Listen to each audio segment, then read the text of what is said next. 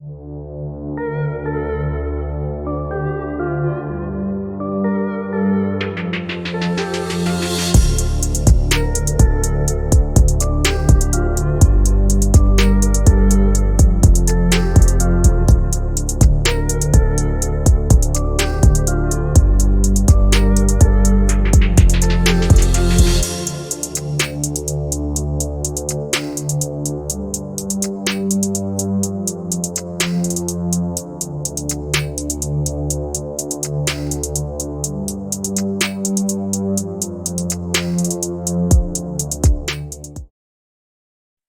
right, peace and blessings. Assalamu alaikum, shalom. Welcome everyone to the Radical program. And today, Doc, you want to go ahead and go straight and introduce yourself? Dr. James Thomas Jones, third African American Studies professor. I study Black Power, civil rights, Black intellectualism. I'm a blogger. My blog site is Manhood Race Culture, also YouTube channel Manhood Race Culture, and I am trying to get around to finishing up this book titled Dear Son, Letters to My Son. And I'm always writing on my favorite pet project, Foolish Floyd, The Life and Times of an African American Contrarian. So that is me in a nutshell, and I am on spring break right now. So I am breaking as much as I can possibly break. I know that's right. I know that's right. Well, Doctor, as you have always said on many times before, you said the battleground that we must fight on every front. And today our program, that's what we're going to be dealing with. We're going to look at different situations and explain, what does the fight look like on that front, on that particular front. And then we'll, at the end of the program, pull them all together and give the people a good synopsis of what must be done on each level of this fight. Last program, you defined manhood. And can I get you to go over that one more time, your definition of manhood? Yeah, I believe that manhood is at its best a God-ordained position of men being at the head of their households, being the priest of their homes, and assuming a position that principally says that you are to love your family and your wife as Jesus loved the church, and he died for the church. So I believe that position of manhood is one that is steeped in providing, protecting, and developing the ability to have your fuel, your soul, your so-called wind beneath your wings, actually be taking care of your family. There is a element, despite what many people seem to think, there's an element of lastness that comes along with manhood, that you make sure everyone else is taken care of before you go ahead and take your portion. And I can attest to not only my own life, but I have droves and droves of brothers who I know exhibit that idea of manhood, that position of taking care of others until, you're no longer given that assignment and that duty. Mhm. Excellent, excellent. And Doc, would you say the fall of our collective manhood began with slavery? No, I wouldn't say that, because without a doubt, you can still exercise different variants, different levels of manhood, even when one is enslaved. And just keeping the conversation, um, dealing with African Americans, dealing with those who are the American descendants of slaves, um, those who were enslaved, beginning with the 13 colonies. I'm always reminded when this type of issue comes up by Frederick Douglass. And Douglass talks about as a child being torn at this moment because I mean, you really think about this quandary that this child is put in. His owner is calling for him at the exact same time his biological father is calling for him. And Douglas, as a child, is torn as to which one has more power, who has the ultimate authority. And Douglas is going to write that his father told him. He said, "I don't care what the circumstances is, you're mine." And that discussion actually can be extrapolated and taken all the way down, as Rakim would say, to the very last compound, to dealing with the idea of ownership, the idea of who do you belong to. And that's a major part of manhood. That's, that's taking ownership of some things, that's being non-accommodating in regards to some things. And in many ways, the idea of manhood is closely associated with wisdom and the unwillingness to be accommodating to things that are not beneficial or good for, in our case, Black America. Mm, excellent. Now, Doc, you talked about the different levels of manhood. What are those levels? Well, I mean, when you're talking about these different situations where one is going to have to exhibit manhood, there are so many different scenarios, so many different things that can happen, especially being a Black man and being the descendants of people who were enslaved in this land, number one, but also being the last hired, first fired on the socioeconomic ladder, and politically speaking, being often forgotten, disregarded, and what have you. So, in saying that, what I mean when I talk about these different levels of manhood, and we'll have to go back to the days of chattel slavery to really talk about this, and it is, which one is a more honorable, valorous display of manhood? A Black man who saw an opportunity to escape the shackles of slavery. And we can take this all the way to the post-slavery period. A man who sees a way to escape the terror and tyranny that our people went throughout the South, due to due to the openings that are created, the pull factors, as one historian would put it, that are opened up by and provided economically by World War One. Is it more valorous for you to leave and to go and try and have the intention of making some money that could be sent back to your family? So, because we all know that money makes things much easier in most Mhm. circumstances. Or is it more honorable? Is it a greater expression of manhood to decide that you're not going to leave your family, that you're going to stay right here with them, and come hell or high water, you're going to be there? And I believe that both of them are justifiable expressions of manhood. And, I can speak about it in my personal life, um, having the opportunity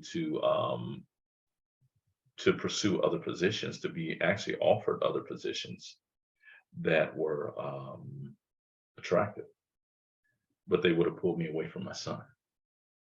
Mm, And, you know, being divorced and going through that entire thing and dealing with my son at times having these vivid nightmares of me leaving him, of, he said, and I'm not a runner. So I know he was really having a nightmare when he said that I was running and he was running right behind me, and I jumped and I fell off of a cliff and he couldn't see me mm, anymore.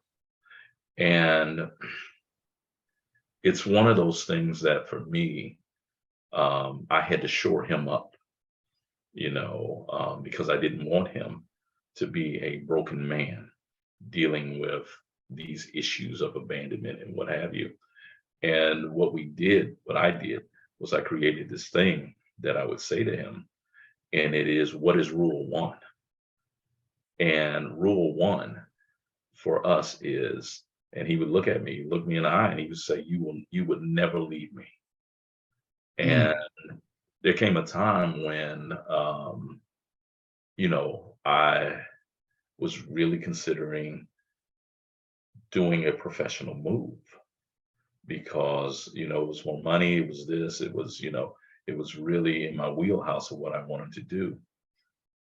And I sat him down, and I can tell you, we were at the YMCA. He had just finished with a soccer game, mhm, and we sat there, and I said, "Hey, man, what do you think about me moving?" And I told him to the city, and he said, "Oh man, that'd be great." And I sensed, I immediately knew that in his mind he was going to, mm, and I tried to explain it to him. Okay, and he just started crying. He starts, he's crying, and he looks at me and he says, "Dad, what is rule one?" And I just had to look at him. I said, I will never leave you. And this man child, super intelligent, he demands for me to call him while he's sitting there. And of course, the phone will go through my car speakers. And so I ended up having to call the um, the contact person that I was going to be dealing with and that I had been dealing with. And while I'm trying to explain to him, my son just chimes in and says, "My daddy ain't coming. My daddy mm, ain't coming. Rule one, he'll never leave me." And so that was it. The guy said he understood, and and what have you. So I think that depending upon your situation and what you're facing, that's going to definitely affect your expressions of manhood, of fatherhood. Um, because let's be honest, being black, and I won't say male, being black in America will result in you being in some situations that you could have never conceived, you could have never mhm, imagined. And oftentimes that positioning is going to be exacerbated, if not totally, primarily caused by someone that you share racial designations with, racial classifications with. Sometimes you shared a bed with. Um, and that's the damning thing of being black in America. It is almost as if everything is harder when you're black in America. And there's a part of me that wants to say, I know that black men and black women are different, but there's also a part of me that wants to say that our problems that we experience are often intertwined with one another and oftentimes exacerbated by one another. And there's a mm, lack of, and I believe that this is just, and I'll be quiet after this. I believe that this is one of the gravest things that we have to deal with, and it is quite simply to be raised black in a society that pumps out negative images, often at the hand and the behest of black folk, and to come out the other end of it with kindness and generosity in your heart for black folk. Very, mm, very, very, very difficult.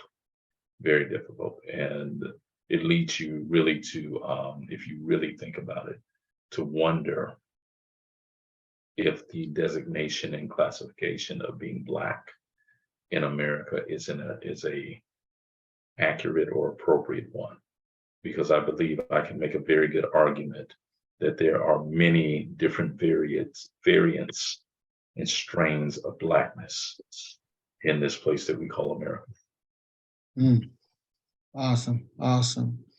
The other day, we were watching a TV program based on Terry McMillan's life, and her father had gotten out of prison, and he had to get an ID so he could make money to fix her roof.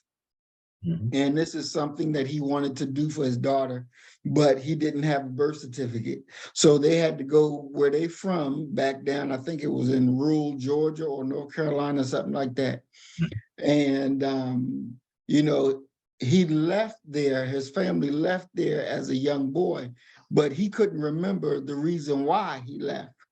But when they went back to get this information and to unknowingly confront the demons of Black life at that time back then, his mother, him and his siblings watched his mother get pulled from the house, beaten, thrown in the police car and taken away.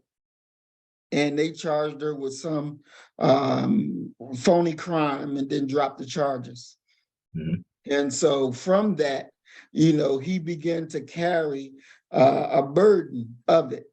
When he got older, he changed his name to something else that was different than what was on his birth certificate, because he was trying to hide from the shame, you know, of being Black, being able to, you know, having to sit there, watch your mom be beaten by white men, and there was nothing that you could do about it. And so just seeing him deal with those demons and, you know, the self-work that he needed to be able to heal from in order to properly move on, which at that time, of course, that he couldn't.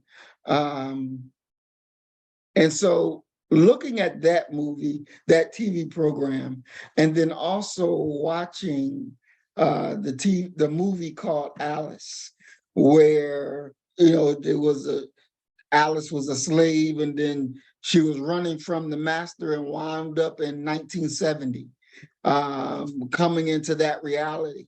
Now, her coming into that reality was different than the brother from Terry McMillan situation. Mhm. She came into the reality and she picked up the phone to call the slave master's wife. And so found that number, called her, and was like, you know, are you such and such and such? And she was like, yeah. And, you know, that your husband was such and such. And she was like, yeah, you got a child. Yeah. So they met up. Mhm. And, you know, because for whatever reason, her and the white lady were able to, you know, time jump from the Okay. 1800s into the 70s. Okay, like a sci-fi type thing. Right. And so when they met, the Black woman was more on revenge, more on, oh, I'm going to get you, you know, for what you have done to me, what you've done to us. You know, you're not innocent. And the white woman was like, you know, that was then. We're in a different time frame now. You know, we don't need all that. Let's stay back there. And she was like, no, you know, you're going to hear my voice, blah, blah, blah, blah, blah. And so this is a two-part question of, in our history, we see that the Black woman has been number one on the battlefield. And it seems as though What does more that mean? means that she's been leading the charge. She's been there making the plans, there pushing things to become reality within her realm of operation, even though it's a male, like the sister you talk about, who did the real organizing for Dr. King and them. Ella Baker. Ella Baker, right. But they got the big name, but she was the one that was moving things behind the scenes. Okay. So it's like that the Black woman has more of a, I will fight to make this right, versus when you're dealing with the Black man, it was more of, I'm hurt, I'm crying, and I don't know what to do. That was the image from the two programs. Mhm. And you can see that um, in reality today, where you have more Black women being more vocal, more willing to push back, and you have some Black men that's, let's just keep it quiet, let's not go there, wanted to be more accommodating, Okay. or willing to just, keep carrying that burden rather than taking a strike. Um, my question is, um, how did that dynamic get created when both the Black male and the Black female went through the same circumstance, albeit they had different variances, but basically the same circumstance, but one comes out more willing to fight, and the Black male, who should be, you know, foremost on the battle lines, seems to be foremost, let's just not cause no trouble. Let's just do what need to be done. Well, what I'll say about that is I don't believe that courage and valor has a gender assignment. Let me say that. And so much of how we view the world, especially as a historian, how we view the past, I recognize the power of narrative and the creation of a narrative that I'll give you the perfect example of this narrative kind of in our modern time. It would be the show Martin, where you have, although gainfully employed, Martin was often the buffoonish one. Mhm. You look at a figure like, wow, who, guy that I think is a comedic genius, but I got to be in a good mood to watch him, Marlon Wayans. He is the Black version of Jerry Lewis. Um, so these ideas, these constructs of Black men not being valorous, Black men not being courageous, and what have you. Um, I got an issue with them because I recognize that, especially if we're looking at it from the lineage of freedom fighters, Nat Turner, Frederick Douglass, Gabriel and Nanny Prosser, Denmark. We can go forward from there. And I will put in that list of courageous individuals, although I know many people would take great issue with his name being put there, Booker T. Washington. I will look at Fred Hampton, Huey P. Newton, Assata Shakur. Um, the list goes on and on and on and on of valorous Black men and Black women. I believe that the advancement of a narrative that Black women are more bold, more engaged, more strident in their opposition than Black men are, to be disingenuous. Because ultimately, at the end of it, if you begin with that, if you allow that narrative to be your guide, you're muting so many brothers who are, just as I was talking earlier about the idea of one of the crucial elements of manhood, when you ask anyone to define it, is going to be providing. Being a provider, and this is one of the things that I said recently about someone who's wealthy and stepped forward and basically cussed the white folks she used to work for out in a very intelligent, refined Ivy League way. I don't believe, and I believe that our cultural history proves this about Black men in their position as providers. And this may go a long way towards talking about why they're not so boisterous and loudmouth. That Black men got bills to pay and families to take care of, and poor and working class, because I don't believe in the middle class, poor and working class people can't talk shit. Mhm.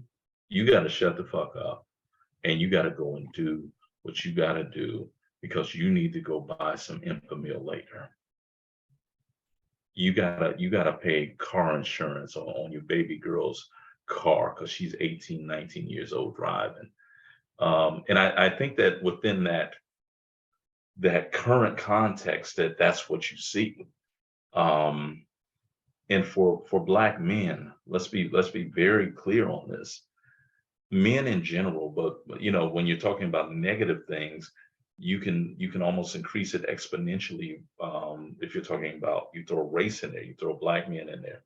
There's no one, what John Henry Clark said about the race. He said, "There's no one coming to save you."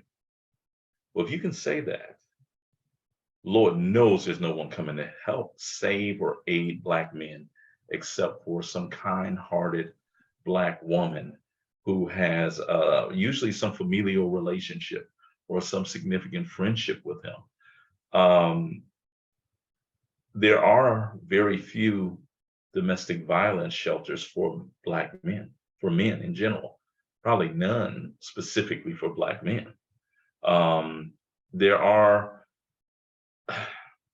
very few, relatively few, when you're comparing the aid that is offered for women versus men and how it's even looked at in a society to aid them when dealing with homelessness, any type of economic issue. Because at that moment we become very biblical, and we utilize John Smith's great saying in Jamestown, where he says quite simply, "A man who does not work does not eat." And it creates a narrative that someone who may be going through a extended rough patch in their life due to health issues, due to psychological issues, what have you, whatever the issue is unworthy of aid because they're lazy and they won't get up and go to work. So, and you don't hear that narrative being advanced about women um, at the same intensity. And I say all of that to say this, that we have to be very careful about the narrative that we're kind of riding with. Yeah, Black women can be very loud and very boisterous. And one could argue that in certain situations, that's an unwise position to take, because you're airing out grievances that you haven't even begun to think about creating a plan to solve. And for so many of our men, and if we're going to really talk about it, a lot of their scatterbrainness comes from the absence of structure within the home. And although I know that we probably shouldn't go down this rabbit hole, but look at how many of our children are raised by scatterbrained women that are not creating structure within their lives and within their homes. And it's truly ironic that so often the very criticisms that Black women have about Black men have been created by some Black woman who tried to raise that Black boy to be a Black man, and they fail. Mm. So, Doc, do you think that is it even possible, in the real sense of the word, is it even possible for the Black woman to raise a Black boy into a Black man? I mean, it's not any more possible than it is for a duck to raise a pit bull to be a dog. They're two different beasts and two different natures. You have to think about it this way, that and I'm not arguing that Black women cannot raise a responsible human being, but there's some voodoo that they don't know about that occurs behind closed doors amongst Black men that leads to that is crucial, really a prerequisite to the development of manhood amongst Black boys. Um, there has to be someone there. And I've seen that process when there was no one there.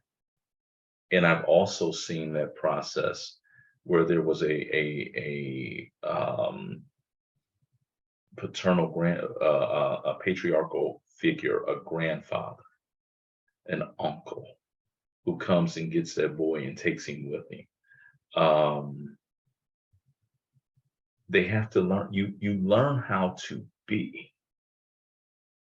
as a boy, to be a man as a boy by being around other men.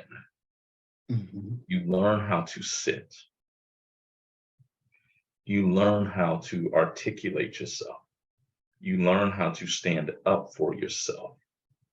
Um, you learn what your role is and what your place is. Um, one of the things that I am a stickler for, and I don't know if you even know this about me, but I used to be a sanitation expert. Okay, Mm. I hung on the back of a garbage truck for a period of my life. I love that job, believe it or not. And I was raised in a home where my mother didn't touch trash. Mm. And so I'm adamant about women not touching trash. And Mhm. women who I've been involved with, they know that if they want to really kind of get under my skin, go take the trash out. Okay. Mm. Because I consider that disrespectful. Well, Mhm. had a situation where there was a young man who was my stepson, and we're divvying up household chores. And he got upset because traditionally, before I came on the scene, his sister took the trash out. And I was like, oh no, no, you gonna take the trash out. And I'll never forget, he started crying. Mm. And it was not because he had to take the trash out, it was that he recognized that my way, he was doing 80, if not 90% of the work. And he starts crying and he says, well, what does she have to do? What does she have? And I mean, he's bawling, crying Mm. because there was a sense of, for him, unfairness. And that's something that men deal with, that you become in many ways hardened. To use the brother who's been in the news so much after being slapped at the Oscars, Chris Rock. I don't know if you Mhm. remember Chris Rock's routine where he talks about don't nobody care about daddy. You got Mother's Day, you got all of this stuff. He said, "What daddy get? The big piece of chicken." And he said, and God forbid if somebody eat that big piece of chicken, she gonna take two pieces of chicken, try and stitch it together and make it a big piece. Um, that's a part of responsibility, of duty, of manhood, and things like that. It's not glamorous, and it's not something that you're going to do naturally or willingly. You have to be brought up in that. You have to be trained in that. And you have to have that explained to you as to why. And to go back to single female headed households, I believe that a single female headed household, a single mother, is going to probably have her son taking the trash out. But I think that it'll take some male figure within his circle, because we model what we see, to explain to him why. That Mhm. this is what the expression of manhood actually is. This is what you do. Um, and all of that boasting and bragging that we do behind closed doors is, really us clowning. Because as Black men, when the rubber hits the road, we have to be there for our family, Mhm. bar none. Mhm. And that is truly the way that we've always been able to get over to, because when you really do think about it, it's it's a miracle that Black people still exist in this country. It really is. Mm. Mm. Doc, do you believe in the term toxic masculinity? Yes, yes, but I also believe in the term toxic femininity. I believe it can go both ways. Let's be honest about, we come on now. We both know some brothers that and this has always been my litmus test for my homegirls when we're talking about a matter of the availability of suitable Black men and suitable Black women. I'll always ask them this, because people usually don't tell the truth until it becomes personal to them. Mhm. How many of your homegirls would you hook your favorite nephew up with if there was no age gap? And their Mm. response is, "Shit, I ain't walking up with none of them bees and blah blah." Yeah, Mhm. and I can say the exact same thing about some men that I know. That, no, ain't no way. I would want you, anywhere near. So the problem with the idea of toxic masculinity is that there's a sister code, that they shall never criticize each other. Is kind of how Black folk had a code where we didn't air out our dirty laundry in front of mixed company. We talk about Mhm. that behind closed doors.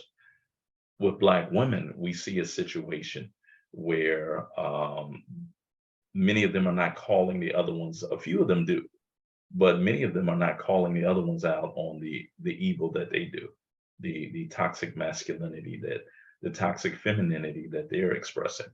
And because they are, and this is one of the things that happens, and why I try to kind of pump my brakes in regards to criticizing and analyzing that community, meaning Black women, is that their silence is deafening.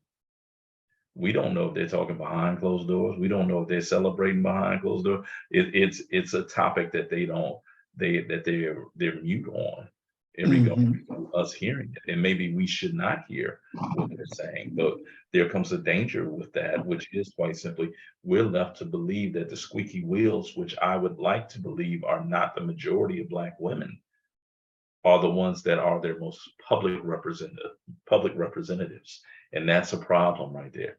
So do I believe in the idea of toxic masculinity? Yeah, I do. I've met a couple of brothers that was on over breakfast, ready to Mhm. ride, and we are living in a moment where the vast majority of people have something wrong with them, either emotionally, spiritually, socially, economically. Um, and those who are at the very extreme, they're out here doing some damage. And they come in both genders, male and female, in Mhm. all races, to be honest with you. And how would you actually define toxic masculinity? How would you define that? Totalitarianism, Mm. the idea that because I am male, You will follow what I say, and I will beat you down if you try to disobey me, because I'm king. And the our way has never been that way.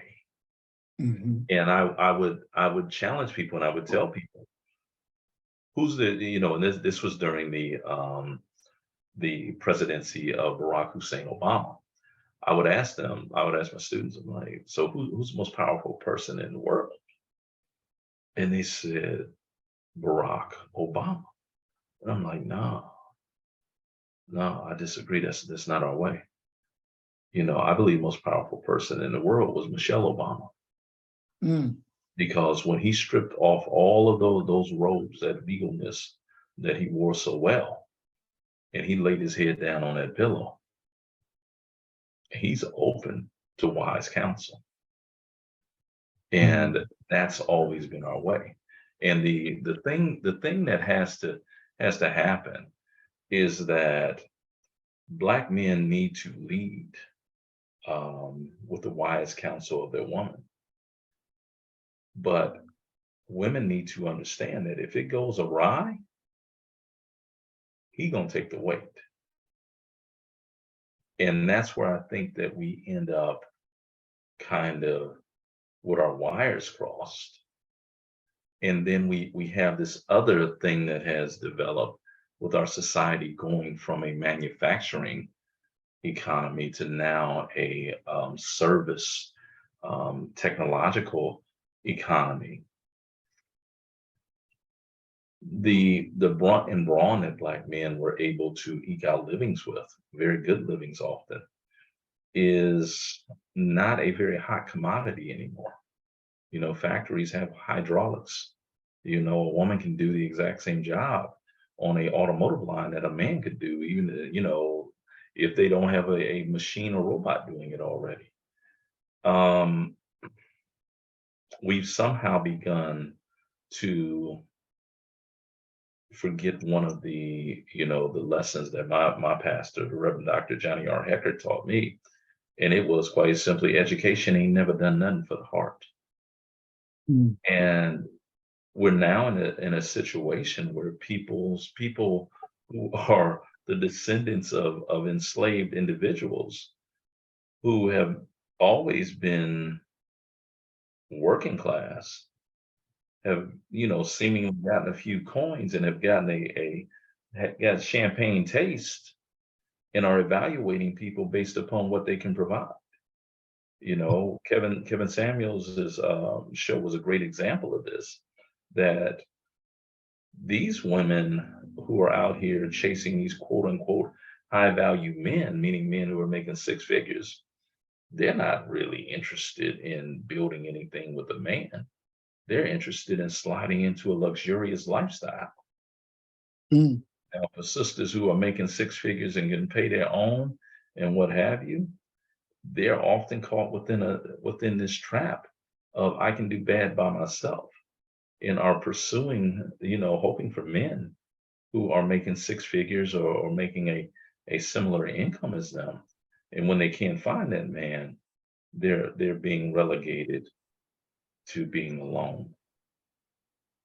Mm. So, Doc, I want to look at some different battlefields. I want to share screen, and we're going to first start out with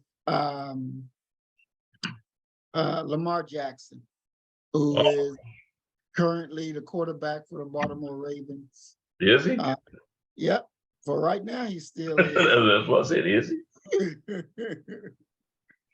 We don't know what's going to actually turn around and happen with that. Let's see.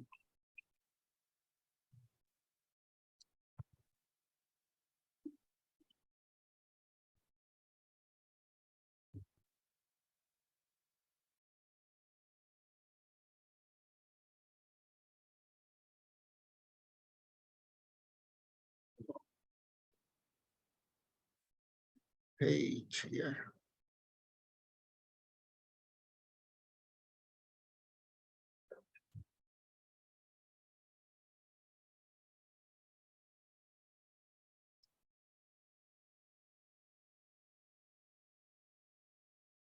Okay, so we're first gonna watch part of this clip, and then we're gonna come back and we'll discuss it. Okay. The next thing it told me was that other teams, and I've been covering this.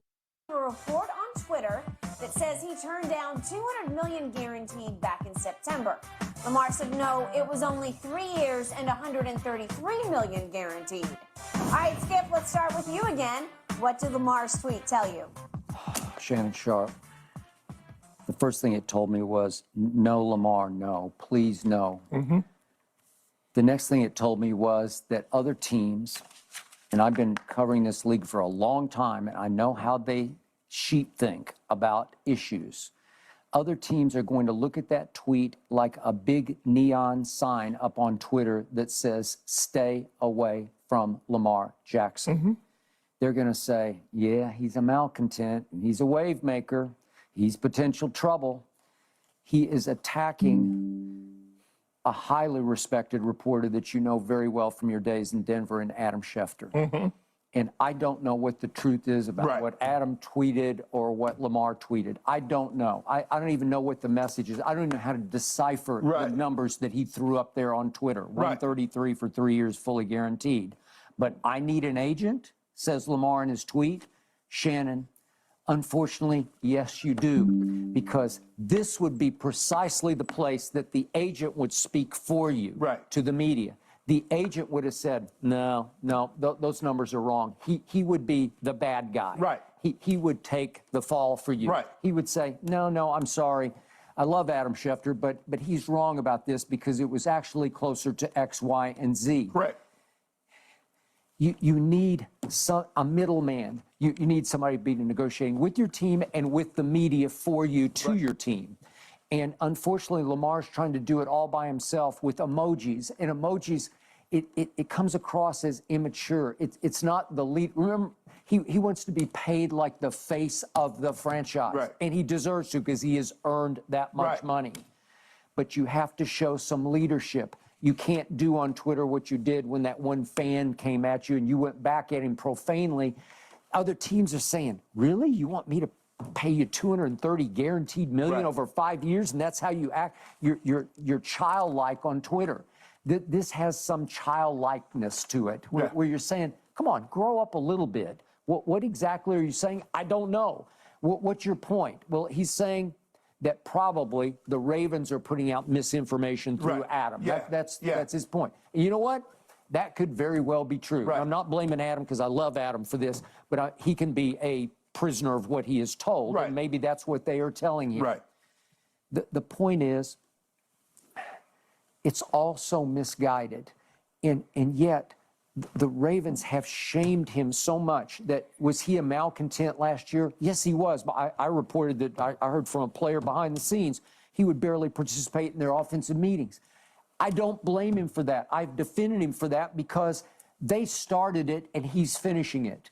They won't pay him for literally and sort of effectively dying for their cause. He gave them his blood. He gave them his body and his soul, and they won't treat him equitably the way that a franchise quarterback should be treated after he won an MVP award. So to me, Lamar keeps going on Twitter, making himself look worse and worse when he doesn't deserve to look. He's actually in the right here. I think you believe it, and I believe it. He deserves his money, and if I'm another team, I try to look through this. I try to look past it. It would give me cause to pause, but I would try to say, wait a second. Lamar is available for 2 first-round picks. I could change my life. I could potentially go win a Super Bowl with Lamar Jackson if I just pay him the going rate for a franchise quarterback. I have to give up my 2 firsts. I'm doing it. I can't believe nobody's jumped to do it. But again, he unmakes his own case by continuing to go on Twitter with lots of emojis and mysterious sort of cryptic quotes that are hard to decipher and make you stroke your chin and say, man, I don't know. Maybe he's not that guy. Well, that's why I took the different approach to you. I can't decipher anything, and I'm not trying to because I don't do the coded tweets. Until I see Lamar Jackson sign or the Baltimore Ravens have traded him, Skip, it's becoming tedious, to say the least, about what Lamar is doing. Skip, this is why, like, when you're on trial, you go, what did your attorney tell you? Don't say a word. Let me do the talking. Yep. That's what Lamar should do. Let someone else do it. Let your mom talk for you. Okay. If that's your representative, you hired your mom, let her talk. I agree. The information that they put out there is not true. I'm not doing no emojis. I'm not doing this, skipping. And also in law that says you can represent yourself, but any man or woman that represents themselves have a fool for a client. Now, That's what they say. Lamar, you can do all this what you want to, but I'm telling you, now you haven't heard anything. But if you have what they said about you, they might be in the same ballpark as a lot of other teams are saying about you. And for people to say, oh, that wouldn't bother me, bull jive. Somebody say the most about your ability, because this is what this is based on. They're going to pay you about your ability moving forward. Yep. And they say you can't, you're not this. Yep. Oh, it's going to bother you. Because even though you might end up getting your money, you know what they think of you. At the end of the day, oh, that's how you feel about me. And so this is why, Skip, I'm not saying he could have got X, he might get 15 million more, he might get 30 million more. I'm saying you need the middleman to hear all the things that you don't need to. Yep. That's what they can negotiate. They've been doing this a lot longer than you. It's hard for me to believe that somebody as a novice as his mom and he into the negotiating business can do as good a job as someone that's been doing it for an extended period of time. If you want to save a few $1 million, that's you. I'm not going to tell you what you should or what you shouldn't do. But I just believe if you want to pay the attorney an hourly rate, says I'm only going to pay you while you work and I'm not going to give you a flat fee, that's cool too. But Skip, this, I mean, okay, fully guaranteed, 133, but I need an agent, crying, laughing, put his hand over his head. What is that about? At the end of the day, Skip, as you and I sit up here, we have an idea of Lamar's value. It seems to me, as we sit here on, what's today, the 14th? As we sit here on the 14th, there are not a lot of other teams that's in our camp. We might be the two only guys that's on an island, or a few other people, but we don't own a team. No. He needs somebody, one team, that says, you know what? We believe in you, Lamar. We believe what you believe. And we're willing to give up the two first-round picks, and we're willing to give you the guaranteed money. Skip, I just don't believe that he's going to ever get the fully guaranteed contract that Deshaun got, because 31 other owners believe this is a bad contract. They believe fully guaranteeing contracts. They're not finna start that precedent. They're going to try to kick this can down the road. And unfortunately, Skip, Lamar Jackson is about to be the test case. He followed up with the second tweet. People throw poop emoji at the wall and hope it stick.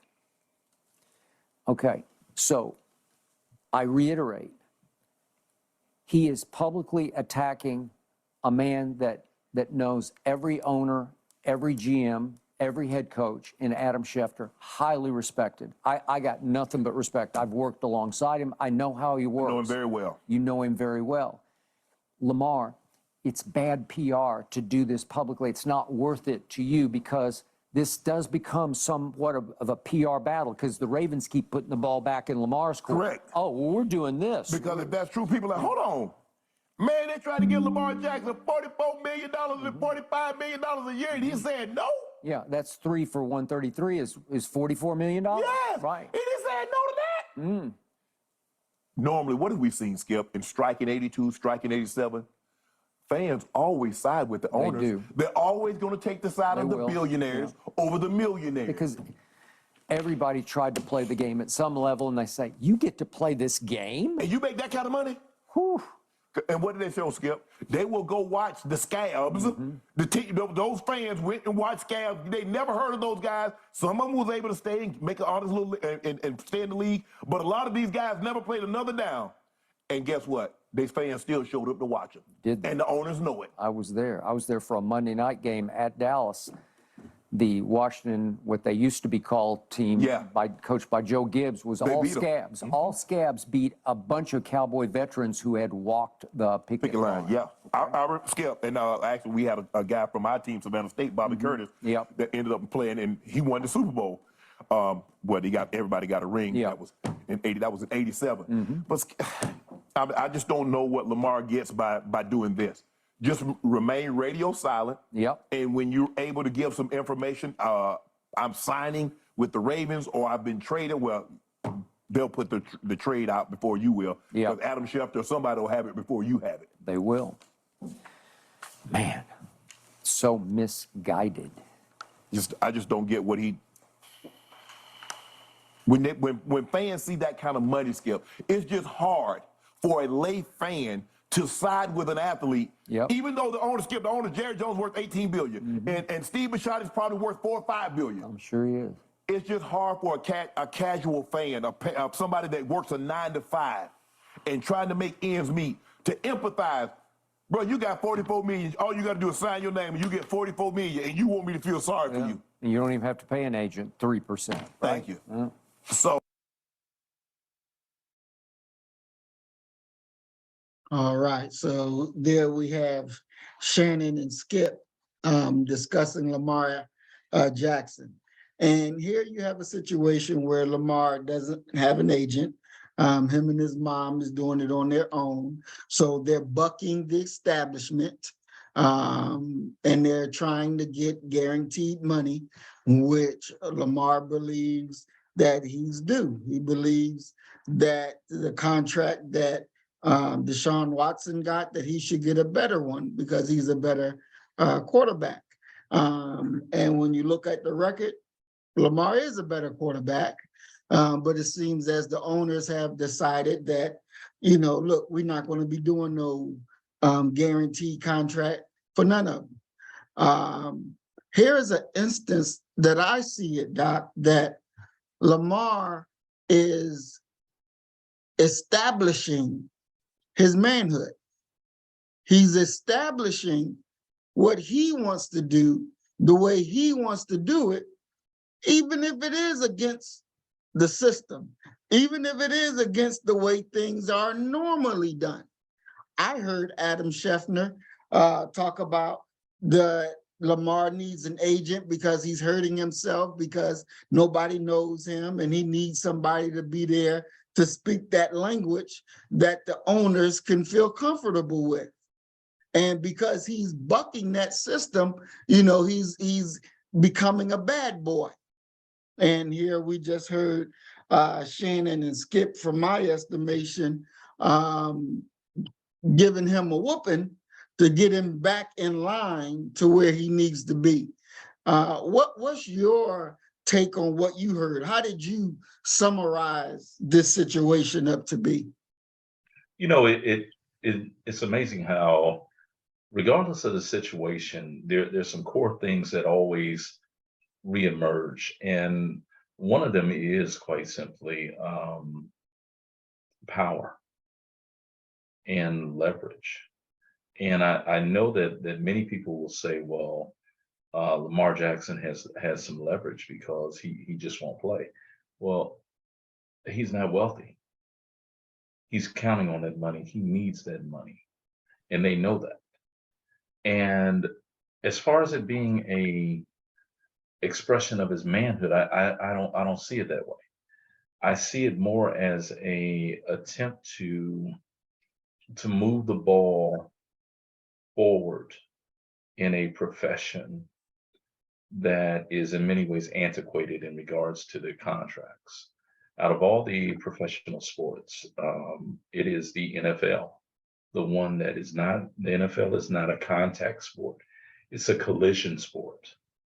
And it's the one that does not have guaranteed contracts. And that's an issue.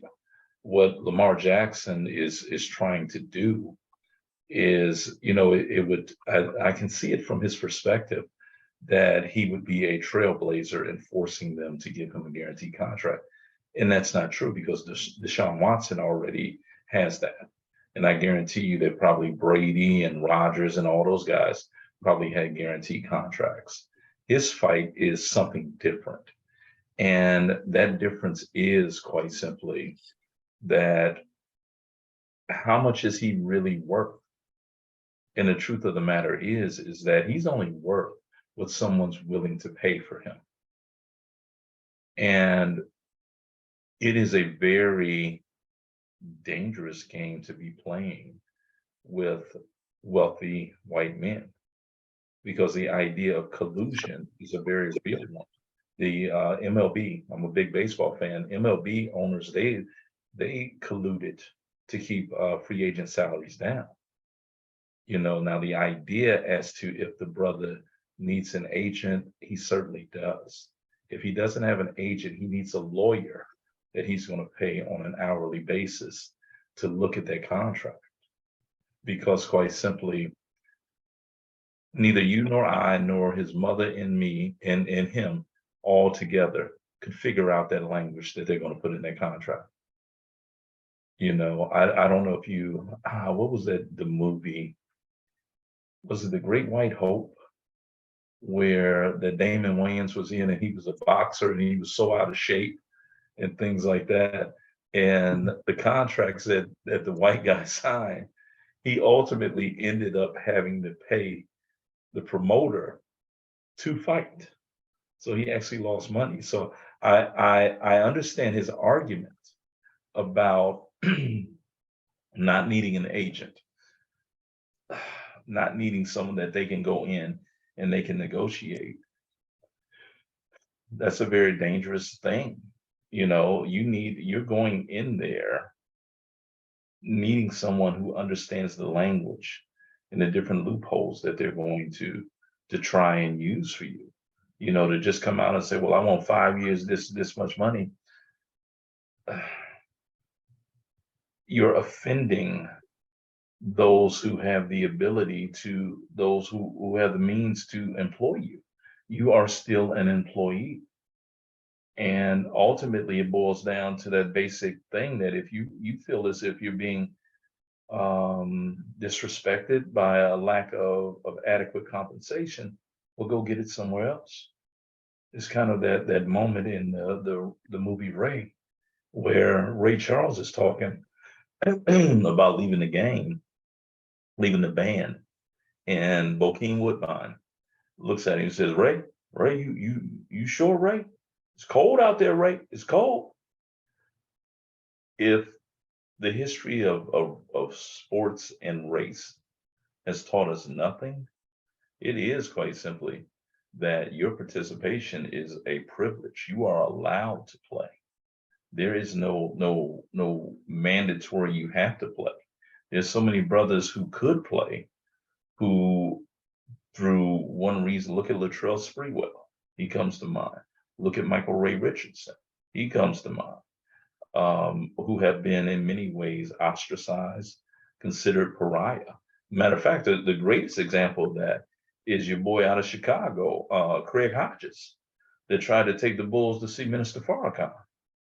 You know, he wins the 3-point shooting contest at the NBA All-Star game, and next year he can't find a job. So there's a, you know, I get the rah-rah and the need to be this brother is being emotional and he's being unwise. You know, I believe a professional would have told him, no, all you need to, the only statement that you should put out is those numbers are inaccurate, and go silent. But when you get in the dirt with them, you could very well be putting yourself in a situation where no one wants to deal with you.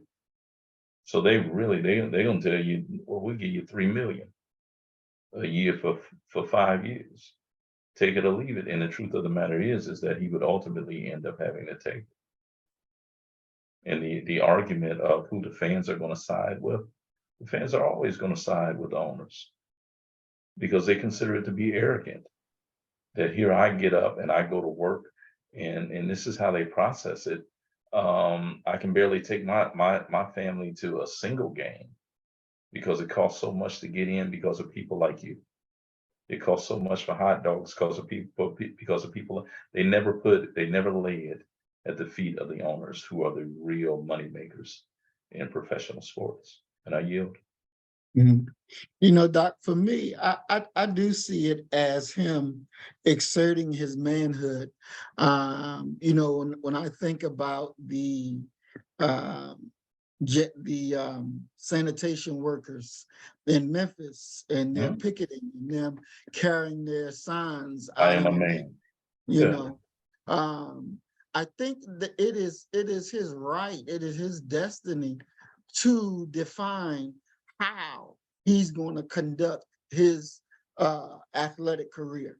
If he decides that he Yeah. don't want an agent, and he Mhm. feel as though him and his mom know what need to be known to do it, that's his prerogative, that's his right, that's his manhood that he's exerting, saying, we can represent me. You know, we don't need to spend, this percent, 4%, 3% on somebody else. Yeah. We But can see, we can do it ourselves. yeah, I don't disagree with anything that you just said, except for maybe that's his manhood. That's not his manhood. That's his negotiation style. That's a professional career decision that he's making, and he has every right to make that decision. It's just that I believe that what Skip and Sharp were alluding to, and they didn't articulate it in the best way. And it is quite simply that every action is going to have some consequence or some response. And why not just take the money? Why not just take the money? And because you're setting up generations for in that way. What is there to win by going to war over and going to war in public over this, when ultimately in the end you're going to be considered these people are going to look at you through a negative light, and that matters in that world because they hold all the chips. It reminds me when I was one of the first jobs I got in Philly, since being back, I was hired as a home consultant for a home care agency in the corporate office. Um, and part of my responsibility was to maintain the clients that we had at the Philadelphia office, and we began to losing customers, losing clients, because the organization wasn't paying the workers what they were supposed to be paid. Mhm. So they were always calling on me to go try to save it, go Mhm. save the contract, Mhm. do this, do this, do this. So I'm out here doing my best, putting a Band-Aid on it, trying to Uh, fix and give people, what they're due. And there came one case before me. Well, it didn't really come to me until the end of it. This white guy, when he first signed up, he had got a bonus, $300 bonus or whatever it was. Then he called 6 months later and saying, look, I can go to another agency. They're going to pay me X amount of dollars and give me X amount of bonus. So they gave him another $500 bonus. And he did it 6 months later again. They gave him $500 bonus. Now I'm on the scene. I hear the talk about it, but it never comes to me. It goes to other people for mhm. them to deal with it. And they were trying to work it out. Then my boss got into it and authorized giving him a $500 bonus. So I bring her a case where this Black woman, she's been with the company for 10 years, never Mhm. got a bonus, and been Mhm. getting paid $10 an hour, and still getting paid $10 an hour. This is a Black woman. So the Black woman talks to me while I'm out on the home visit. This is how I find out of their situation. So I say, okay, well, let me take it to my boss and see what they're going to say, what they're going to do. I'm quite sure we should be able to do something. I get to my boss and I'm telling her, you know, this is the case. They've been with us for 10 years. The worker's only getting paid $10 an hour. She never got a bonus. I say, so can we give her a raise and give her a bonus? She said, no, we can either give her $1 raise and no bonus, or give her a $300 bonus. Now, I know that that's garbage, right? Because I know we're paying people more than this, and for her to be getting paid $10 an hour, and she's been getting that for 10 years, I know that that's a problem. My boss know that this is a problem. So I'm like, okay, how am I going to represent this to this sister? So I tell the sister, look, this is what was told to me. Either give you $1 and no bonus, or give you $300 and no raise. I said, now, I know this is disrespectful. I know that that offer to you is disrespectful. My thing is, don't take it. You know, push the envelope that you need more money, because it's obviously that you're able to get more money if you went to a different agency. So she said, okay. So I told my boss, hey, look, she want more money. That ain't gonna be sufficient. And she's like, well, make it sufficient. So the next day, I'm still hearing these stories about the white boy and getting his raise. So my supervisor sent it to me. After now, she done gave the boy a raise and a $500 bonus again. So I began to go through his file so I can see exactly, you know, what's going on. And I'm reading his file, and he's been getting raises and bonuses every 6 months. So I write a letter, type up the little letter, and explain to my boss, you've authorized this dude to get a raise every 6 months, get a bonus every 6 months. But this Black woman who's been making $10 for 10 years, you only want to give her $1 and no bonus, or give her a $300 bonus and keep the $10? That's not going to work. Who does that? There's no equality there. And I'm not going to go back and be like, this is what you got to accept, when I know for a fact, for this Caucasian, you've been giving bonuses every 6 months and you've been giving raises every 6 months. I send that email off. The respond email I got was that I gave the white boy the raise and that I went outside the system to give him a bonus. And I said, I didn't do none of that.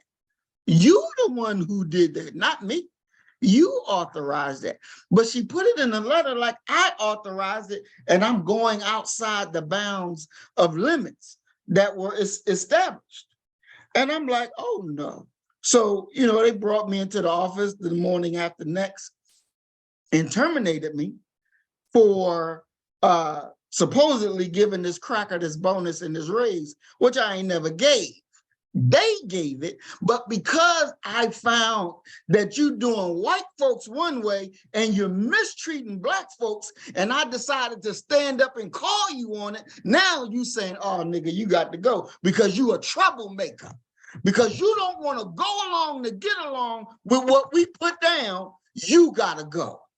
Now, that to me, not only was it an attack on my manhood, an attack on my intelligence, and to think that I'm one of these niggas that's going to go along to get along just to make you happy at the expense of my own people.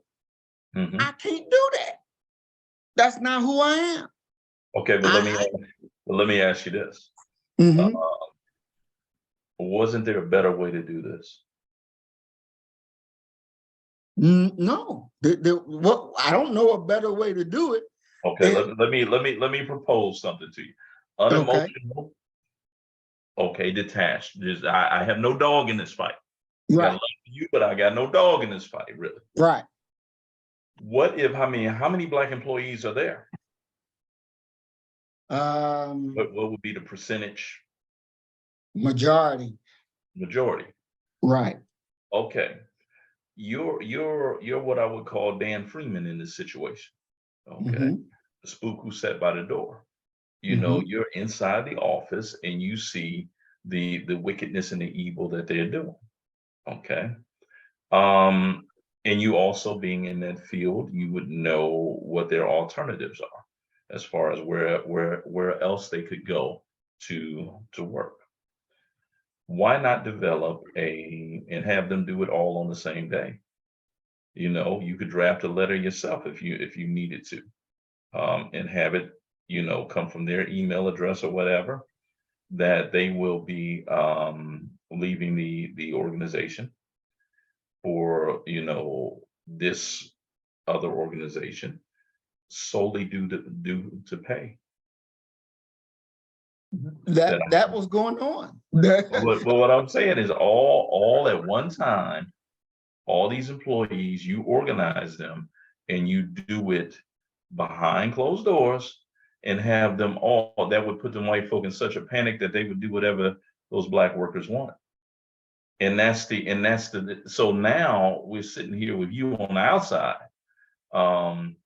And not that you can't still, because I'm sure you would know how to contact these black workers, but I think that would be a win-win, because quite simply you have a situation where you are fighting them on their ground and their terrain. Not that you want to be there or you have to be there, but you're putting more money, a bonus and a raise, in the pockets of people who desperately need it. Because $10 an hour ain't no money, and Mhm. she's been doing that forever.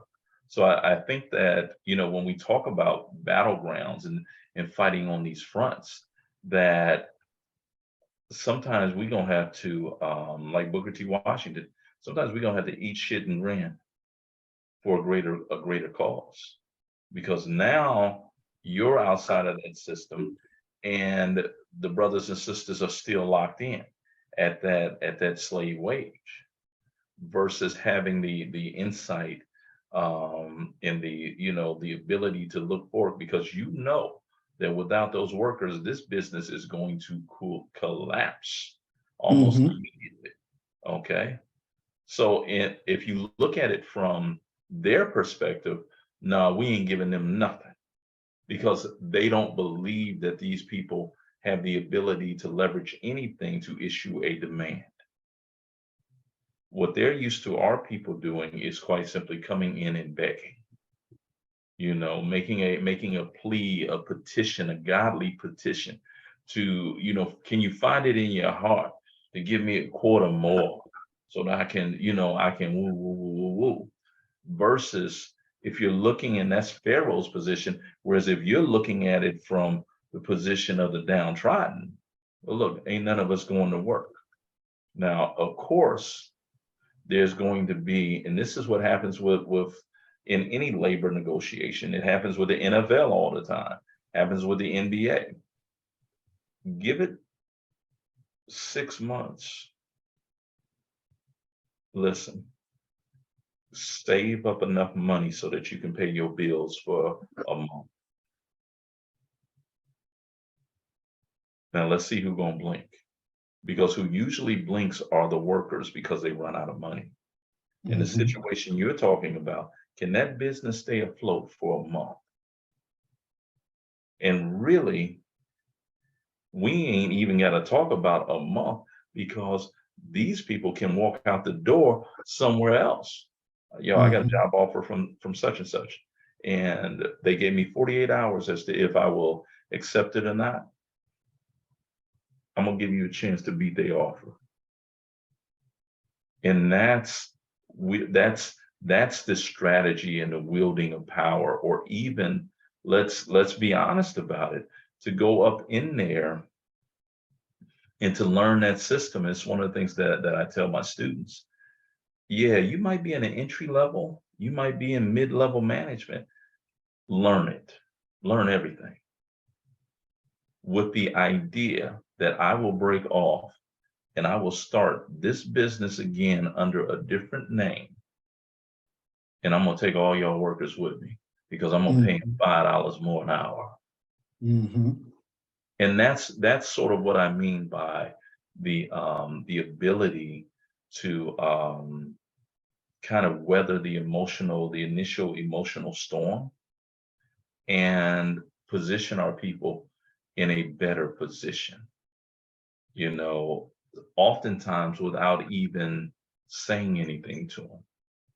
But if you're going to get anything from what the white boy was doing, you know, he understands the game, and the game is that corporations have no loyalty to workers. So how do we use that? We use that by flipping it and saying, listen, 93% of your workforce is not going to show up for the next 2 days unless you give them a $800 bonus and a $3 raise. They're eagerly awaiting your response.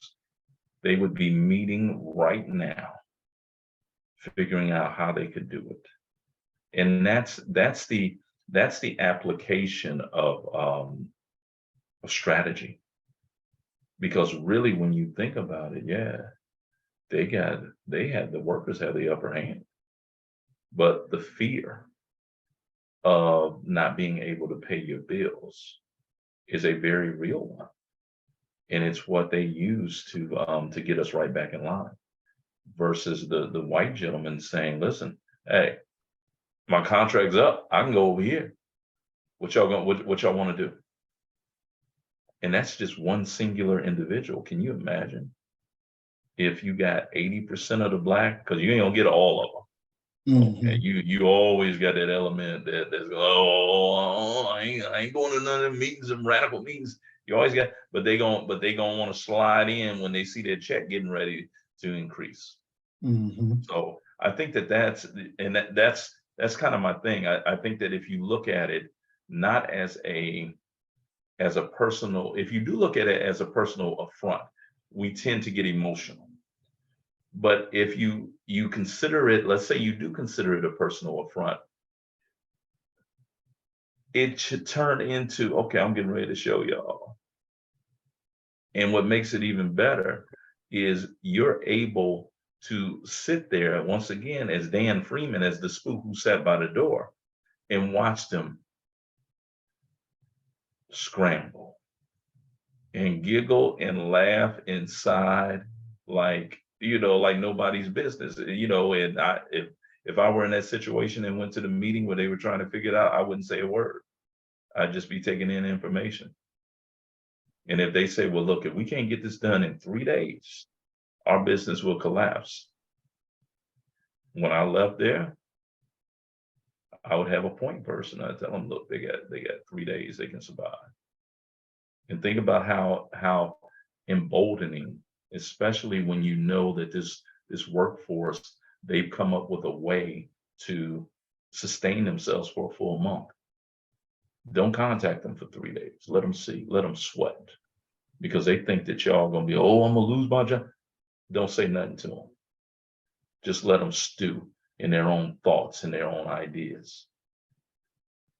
That would be how I would look at it, not from a position of blatant disrespect, which it is, but they need to pay for that blatant disrespect. Most definitely. And that payment for that blatant disrespect is not me losing my position. I'm gonna bring y'all to your knees and not say a word about it, and not financially benefit from it.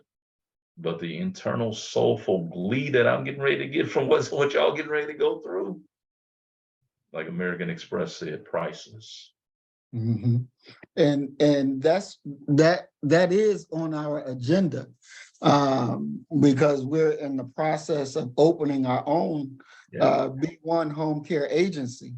And matter of fact, here's some of our paperwork that we're doing. And put that down before they get a screenshot of what you're doing, man.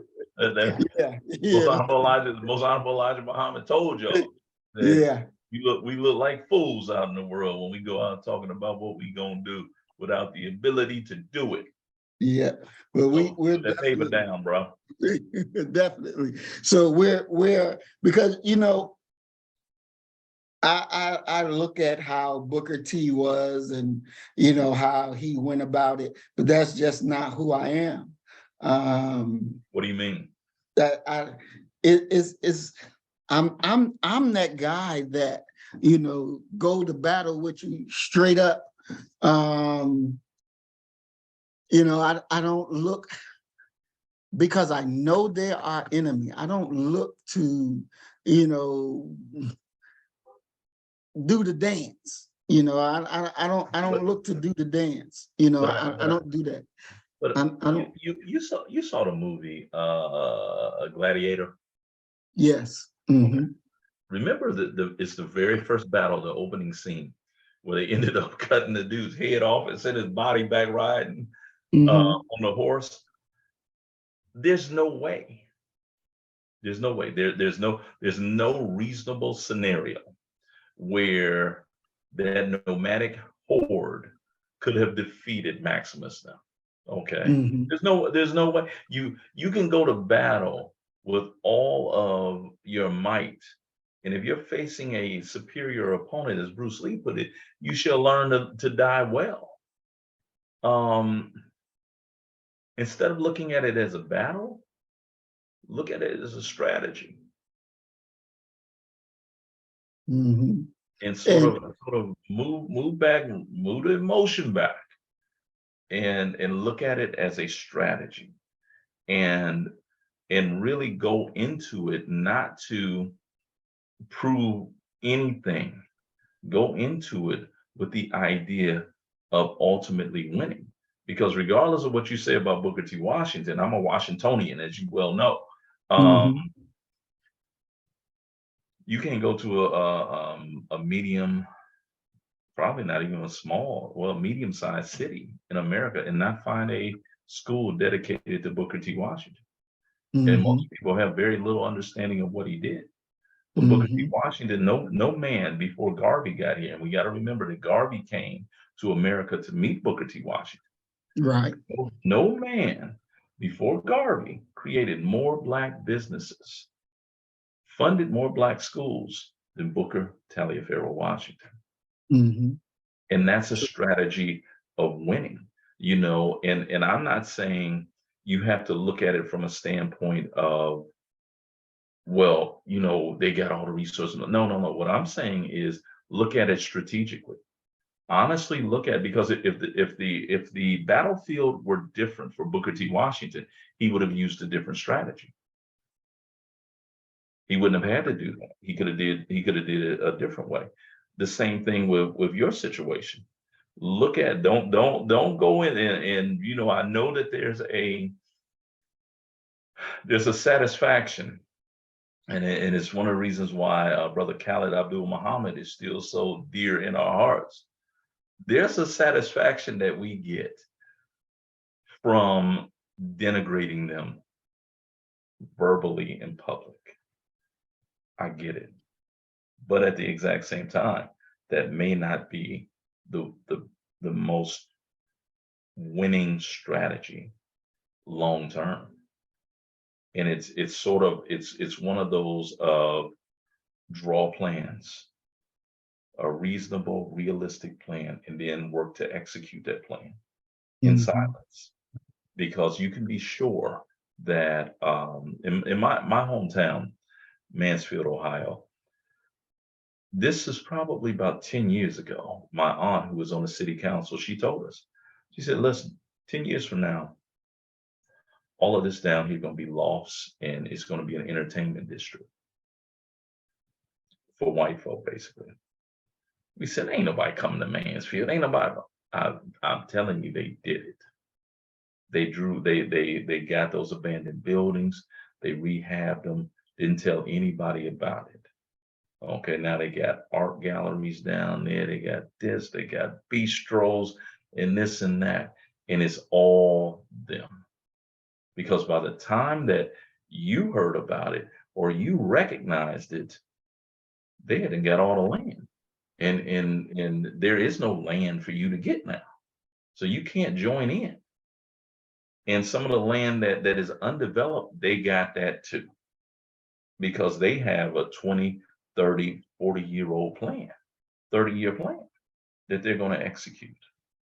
And they put their people on city council, they put their people as treasurer, as this and that, so that the path is smooth.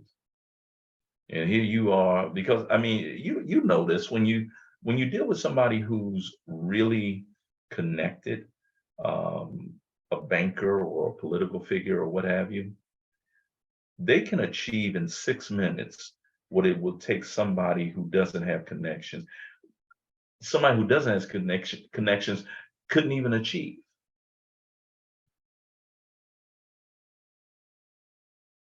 All they got to do is say, yeah, that's why they love golf. You know, they're doing deals, out on the golf course. They're not going to do deals with people that they don't know. You know, it's in many ways mafia-like. You need someone to introduce you. Now, within the drug game that Black folks seem to be so enamored with, that we end up either in prison or the grave. These younger generations, yeah, I gotta get next to the plug. I get to the plug. Well, that's what they do, but they've just arranged it so that it's not illegal because they fixed the laws. But your black stuff, you ain't, there's a great moment in August Wilson's The Piano Lesson where one of the characters says, you see, I want to say it was Whiny Boy. He says, you see, that's the difference between the black man and the white man. The black man can't fix nothing with the law. And when you really think about that, just as we talked about earlier, with everything having to be more difficult when you're dealing with, when you're black. I don't care if it's getting a bank loan. I don't care if it's finding love and marriage and staying married. Everything seems to be more difficult, okay, for us. And we're mired in that difficulty, okay? And we're an emotional people. We get emotional, and they're walking around saying, yeah, I get, because they know that they're getting ready to call somebody to totally block what it is that you have emotionally expressed to them that you plan on doing. Mm-hmm. Don't tell them Definitely. nothing. Yeah, don't tell them nothing. And that's, don't look to go to battle with them. Look to be strategic with them. Mm-hmm. Map out what your steps are to get your thing going. And once those steps are laid out, then you go about executing them. And don't Definitely. tell nobody. Don't tell nobody. I mean, come on, man. Mm-hmm.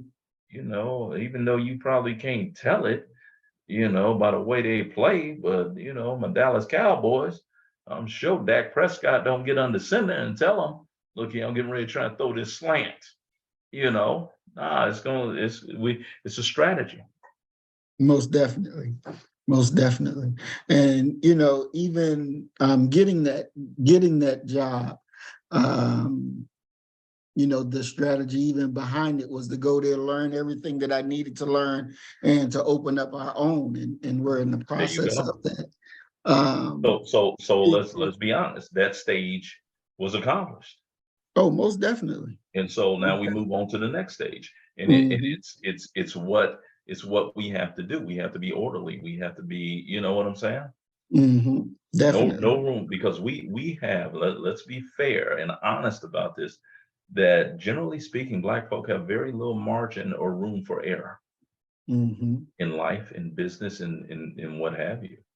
And a portion of that comes from our psychological psychosis of holding our own, who have fewer resources, to the highest of high standards when we're doing business with each other.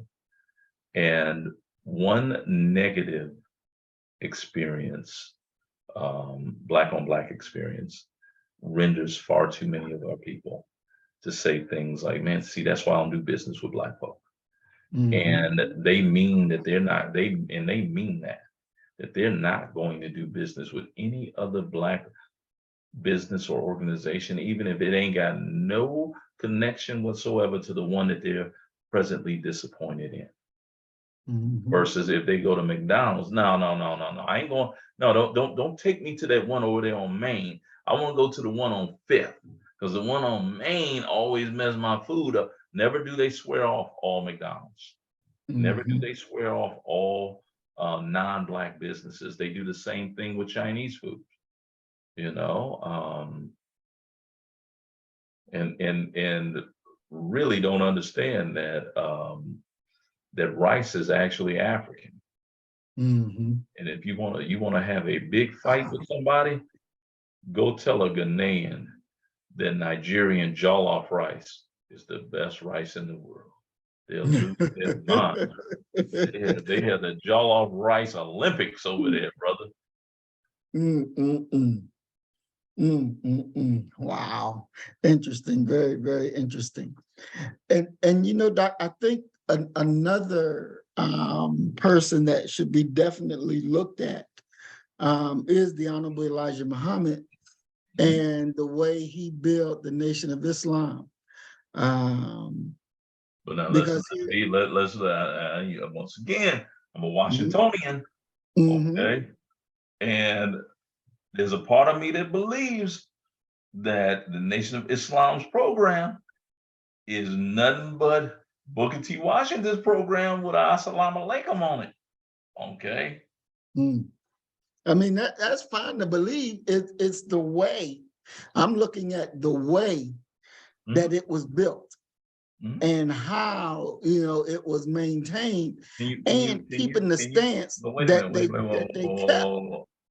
Can you explain to people how was it built? You can't just throw that out there. What do you mean by how it was built? How it was built by everyday regular Muslims, you know, going, pulling their pennies, dollars, quarters, and giving it to the messenger, and the messenger going, opening up business here, opening up business here. They shop and buy from their own, keeping that money circulated and opening up farmland here, buying farmland here, keeping that money circulating, buying hospital here, buying hospital here, circulating, buying airplanes here and getting airport here and circulating, and building a nation within a nation that is not dependent upon the larger nation doing anything for them, and not compromising who you are, period.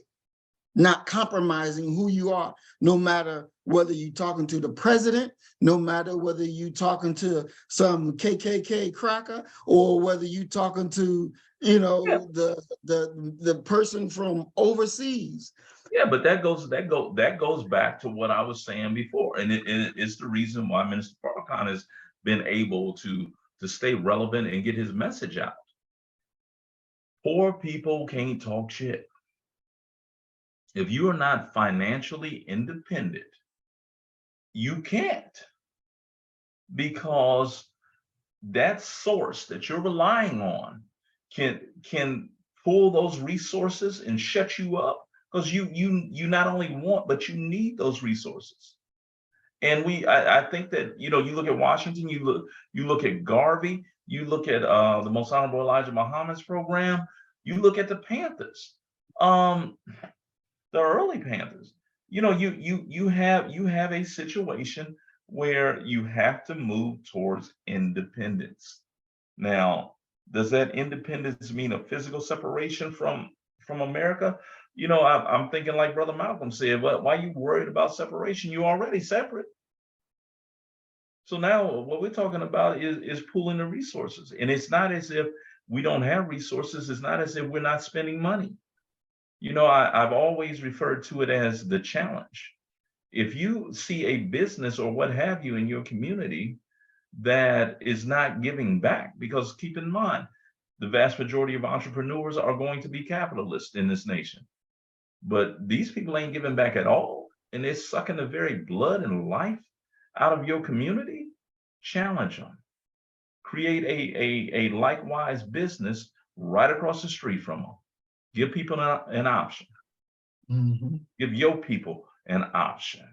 But that's you know what we tend to do. And ironically, Carter G. Woodson talks about this in The Miseducation of the Negro. Woodson says that one of the problems with Black businesses is that when one black businessman sees another one doing very well in business, he will create a similar business right next to him. Instead of saying, well, this brother got a restaurant, he's probably gonna need plastic forks and spoons. He's probably gonna need plastic, those styrofoam containers. Let me create a factory that produces those things. No, we take the position of what? Creating direct competition, not a ancillary business where we can support each other and make each other's lives. You know, when you look at where so many of our business interests are, you know, how many sisters do we come across that's selling and doing lashes, bundles? You know, that's what we can do. That's all that we can do. And how many of them are actually the equivalent of the middleman, because they're going to a business that is not owned by Black folk to purchase it, then to sell it back to Black folk at a lower profit. You're working against yourself. Definitely, definitely. I want to go to one more video. I know we got a little bit time, but I want to go to one more video.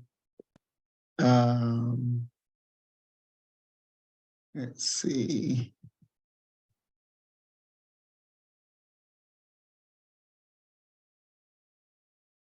And it's this Will Smith. Locked into these characters for longer periods of time. And it's just the weight of this story, the weight of these experiences, the quality of the actors. It was emotionally, it was physically, it was spiritually taxing. One of the first days on set, there was a scene with one of the actors. He leans down in my face and he says, "You're a cold one, ain't you?" And then he ad-libbed. I was like,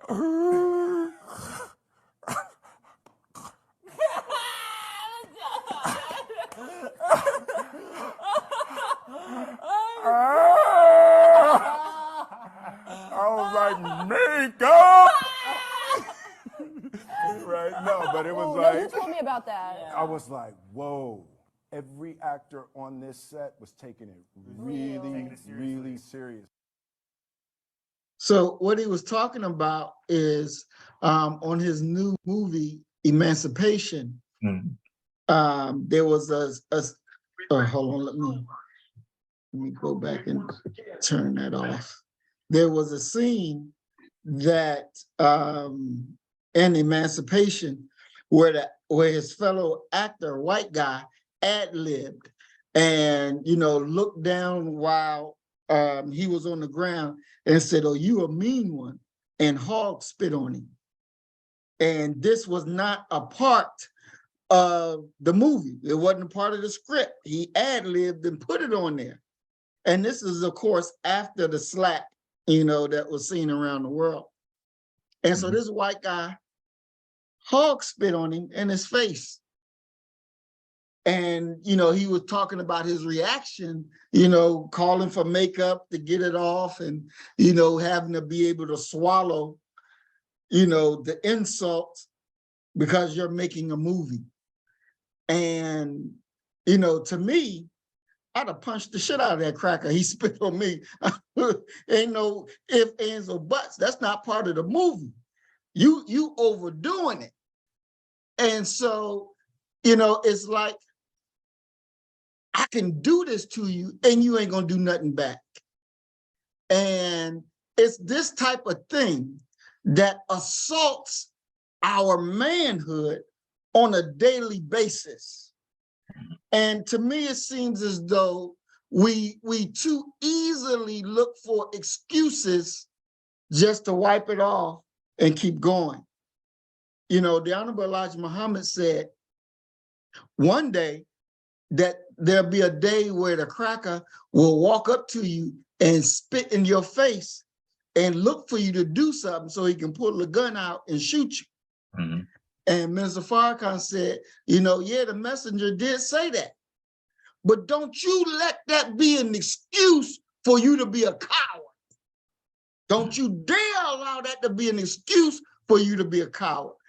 And, you know, it seems as though there's too many situations where we will take the coward route instead of standing up and busting somebody in their face.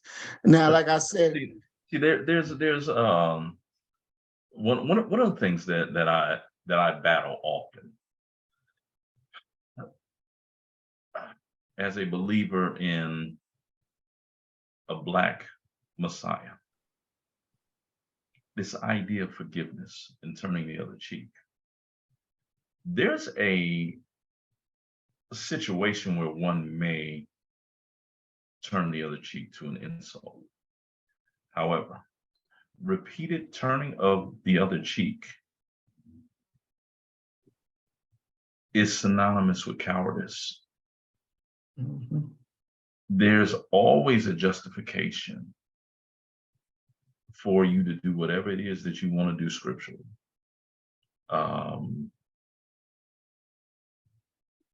it's that once again, it goes back to a socialization process, a stripping of one's dignity that puts them in a position where they know they're dominated and they know that there's a level of trouble that they can get themselves in dealing with white folk, especially in this situation.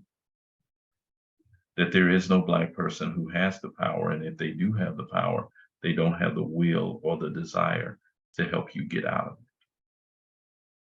of it. This is Will Smith we're talking about. Money's not an issue. This is about a heart.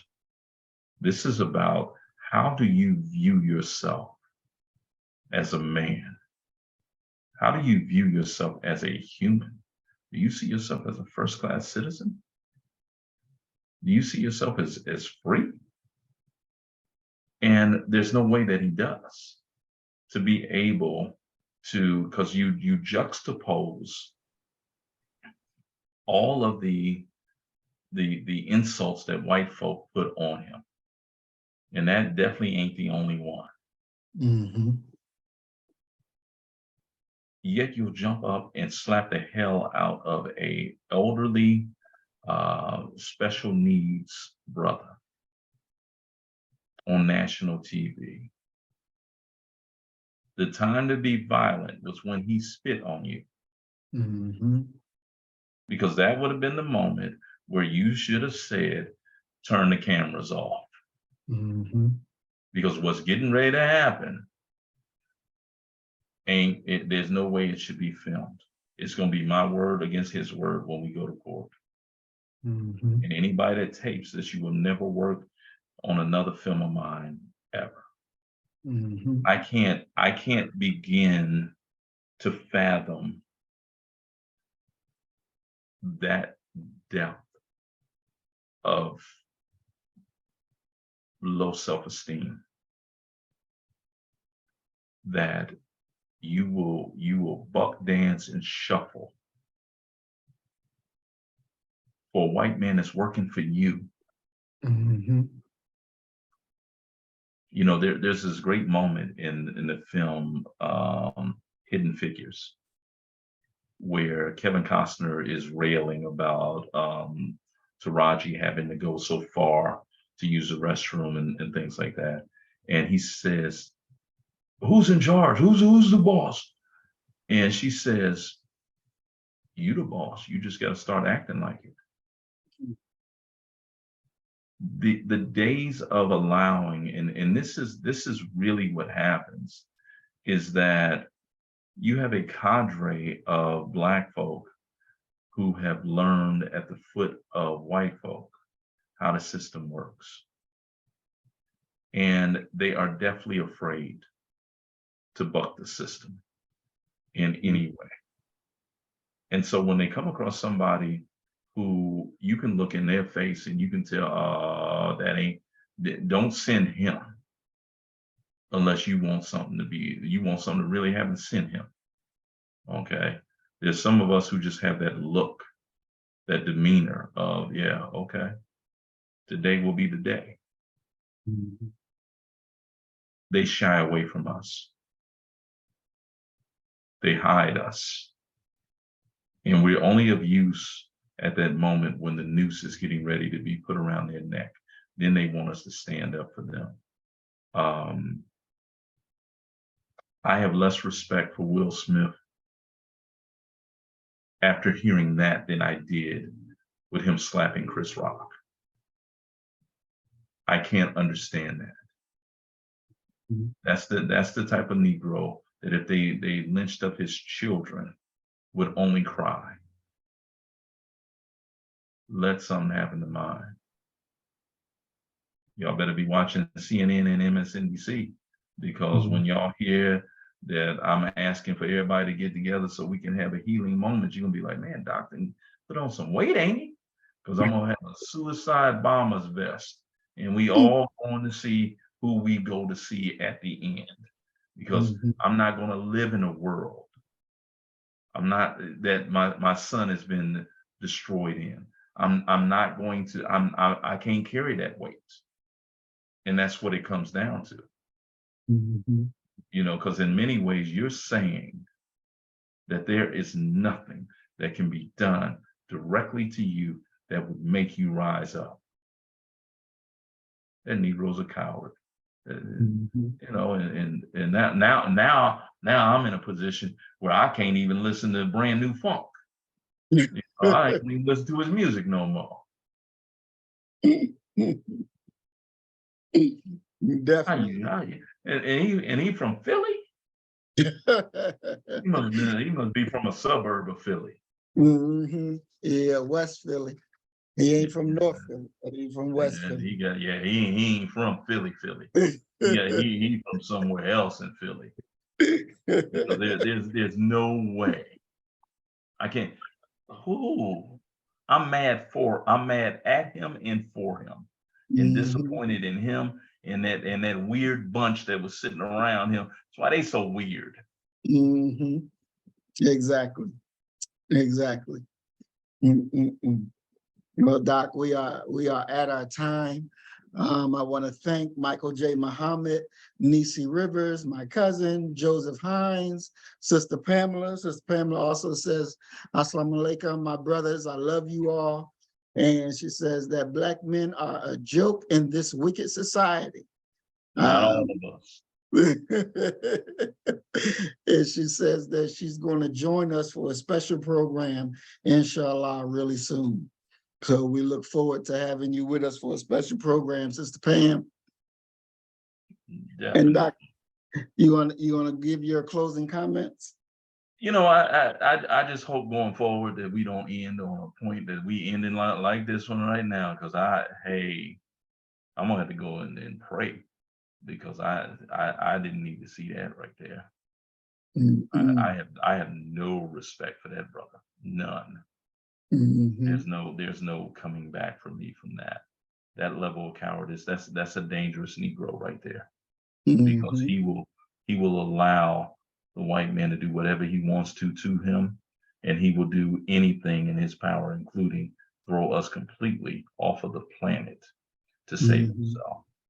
He's not one of us. Definitely. Thank you, Doc. And I would like to say to our brothers, because this program is definitely about Black men and manhood. You know, there comes a time every day where we have to make decisions about what kind of man, what kind of men we're going to be. What kind of man are you going to be today, tomorrow, the day after? What kind of man you're going to be when you're raising your son? when you're raising your daughter? What kind of man are you going to be? I believe we're in a time where God is present. And because God is present today, that don't mean that we have to be the way that our ancestors were when they had to shuck and jive, or they had to be kind of mealy mouth. We're in a day where we have to manifest the manhood that our God demands for us to be. That we got to come up out of this muck and mire and really be the men of God. As Doc broke down what manhood is, and that he tied it in going back to the God, because if you're going to be the priest of your home, if you're going to be the leader of your home, and that your wife and your children look to you for leadership, look to you as the authority, then we got to be able to be men. And we got to be able to win on the battlefield, because the time for losing is over. We got to take authority. We got to take power. And there ain't no punk that's going to take power. You got to be real, and you got to be about that kind of life, not the life of no nigger. You got to be a God. You got to be birthed into your reality. And that calls that you got to begin killing the nigger within. As we always say, you kill the nigger in you, I'm going to kill the nigger in me, and our God will reign supreme. We are Black first, today, tomorrow, and forever. Love you, family. Peace and blessings. Assalamu alaikum. Shalom. Peace. Peace.